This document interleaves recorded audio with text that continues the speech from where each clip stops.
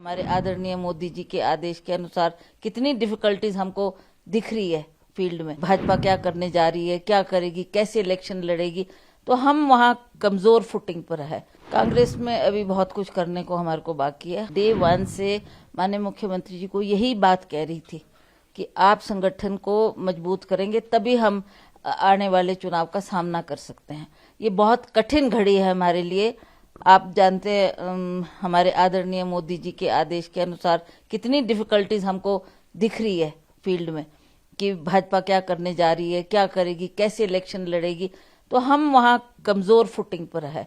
मैंने बार बार उनसे यही आग्रह किया कि हमारे को मजबूती करने की जरूरत है, पार्टी को संगठित करने की जरूरत है। आज जो हम इलेक्शन का सामना करेंगे वो definitely I can say that it's a difficult time, पर फिर भी चुनाव तो चुनाव ही है, लड़ना है और उसमें जीत हासिल करनी है। आप खुद सांसद हैं, आज की तारीख में अगर देखा जाए तो संगठन के लेवल पर भाजपा ज्यादा तैयार और मजबूत है या कांग्रेस? कांग्रेस में अभी बहुत कुछ करने को हमारे को बाकी है। हालांकि आप जानते हैं एज एमपी मैंने सारा ही अपनी कॉन्स्टिट्यूंसी का दौरा बार बार किया है। मैं लोगों से मिली हूँ, लोगों की बात को जानने का प्रयास किया, क्या उनकी डिफिकल्टीज है उसको जानने का प्रयास किया। हमारे पास सांसद निधि होती है जो जिसका बंटवारा मुझे बराबर बराबर हर हल्के में करना था, क्योंकि अब कभी भी कोड ऑफ कंडक्ट लग सकता है, फिर वो पैसा लैप्स हो जाएगा। तो ये इस विषय में मैंने सभी से फीडबैक लिया। ये बात सही है कि भाजपा की वर्किंग हमारे से बेहतर है। जब विधानसभा चुनाव होना था तो हर विधानसभा क्षेत्र में तकरीबन आपका कार्यक्रम लगाया गया था और ये तय नहीं था कि मुख्यमंत्री कौन होंगे। अब जब लोकसभा चुनाव होगा तो उसमें चेहरा कौन होगा चुनाव प्रचार के लिए, आप होंगे या जो मौजूदा मुख्यमंत्री है वो होंगे? देखिए, ये तो हाईकमांड ने डिसाइड करना है। That is not for me to decide कि मैं फील्ड में जाऊंगी। I will go just like a worker, like a sitting MP and party अध्यक्ष के नाते मुझे सभी पार्टी के संगठन के लोगों को मजबूती देना मेरा काम है, जिसके लिए मैं प्रयासरत हूँ।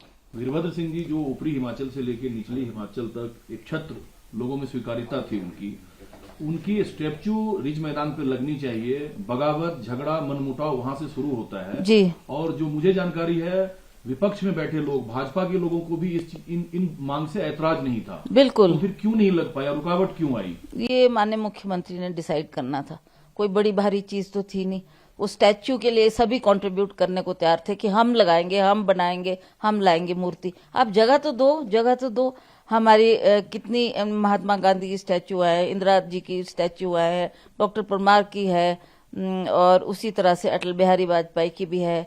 तो हम भी चाहते थे कि वीरभद्र सिंह जी, जिनका बहुत बड़ा कंट्रीब्यूशन रहा आज के मॉडर्न हिमाचल को बनाने में, तो ये सिर्फ हमारी चाहनी थी।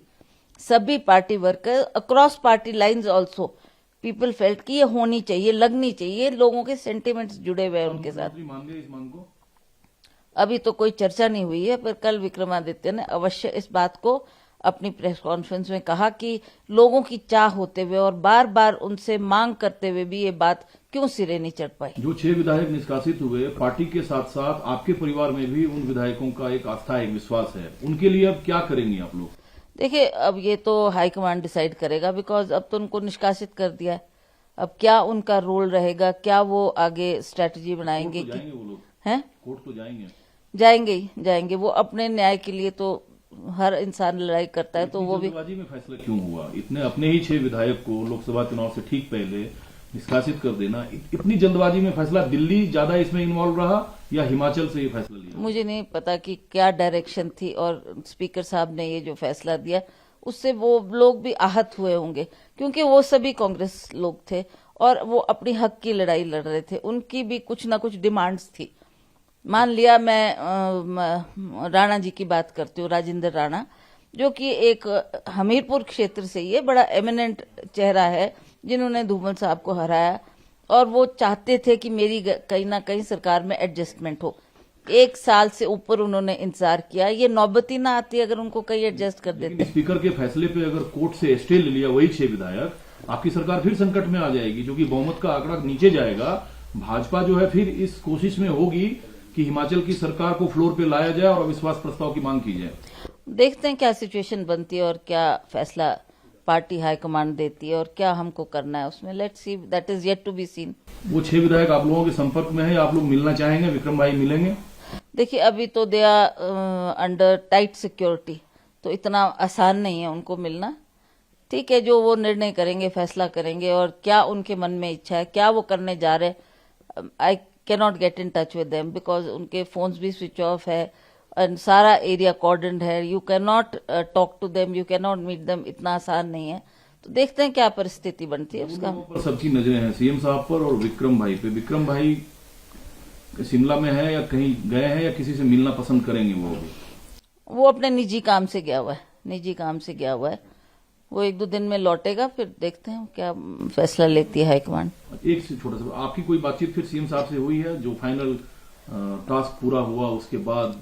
नहीं, उसके बाद तो नहीं हुई। कल तो we all met in Oakover, सभी के साथ बात हुई। वो 3 जो ऑब्जर्वर आए हुए थे उन्होंने हमको आदेश दिया कि आपको ओक ओवर चलना है हमारे साथ, तो उन्हीं के साथ हम ओक ओवर पहुंचे। वहां पर प्रेस कॉन्फ्रेंस भी हुई और उन्होंने ये दिखाया कि हम एकजुट है and there is no danger for the government. 3 लोग कौन होंगे ये डिसाइड है, 3 दिल्ली डिसाइड करेगा। वो 3 लोग कौन होंगे और कमेटी में? उन्होंने एक नाम मेरे से मांगा था, तो मैंने उनको एक नाम दिया है। वो अब उस पर क्या निर्णय हाईकमांड करती है वो देखते हैं।